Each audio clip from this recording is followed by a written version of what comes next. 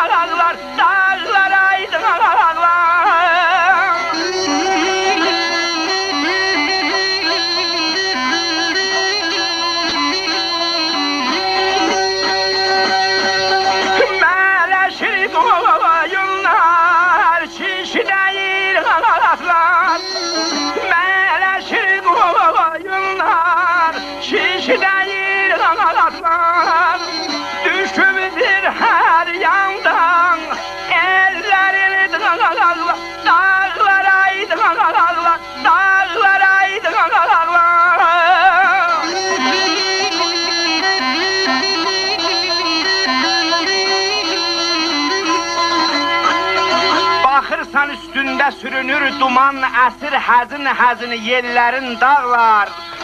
Mələşir qoyunlar, kişnəyir atlar, düşübdür hər yanda ellərin dağlar. Bir nişanlı oğlan atın oynadır, bir uşaq örüşdə çayın qaynadır.